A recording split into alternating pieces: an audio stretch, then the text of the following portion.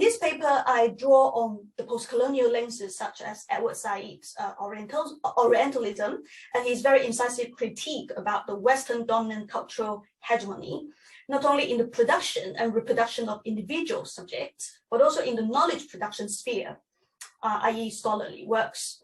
In particular, I note that Western dominance and the othering of the Orient have often manifested through the privileging of English language publications and the marginalization of the so-called indigenous or native language publications.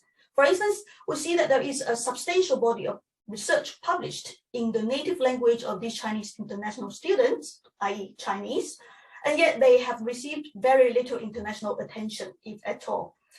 I point out in this paper, therefore, following speech Sina and Schalke 2019, that the privileging of English language publications can create subject positions that contribute to their own subjectification, meaning that such hegemonic dominance of the colonial language can produce and reproduce subjects that are submitting to the Western dominant cultural hegemony. Therefore, I argue that this paper's attempt to bring the Chinese language literature into the picture and hopefully bridging a dialogue is a first step to challenging the hierarchies of knowledge production. And more specifically, in this paper, I will affirm the legitimacy, the relevance, and epistemic contributions of the Chinese language literature.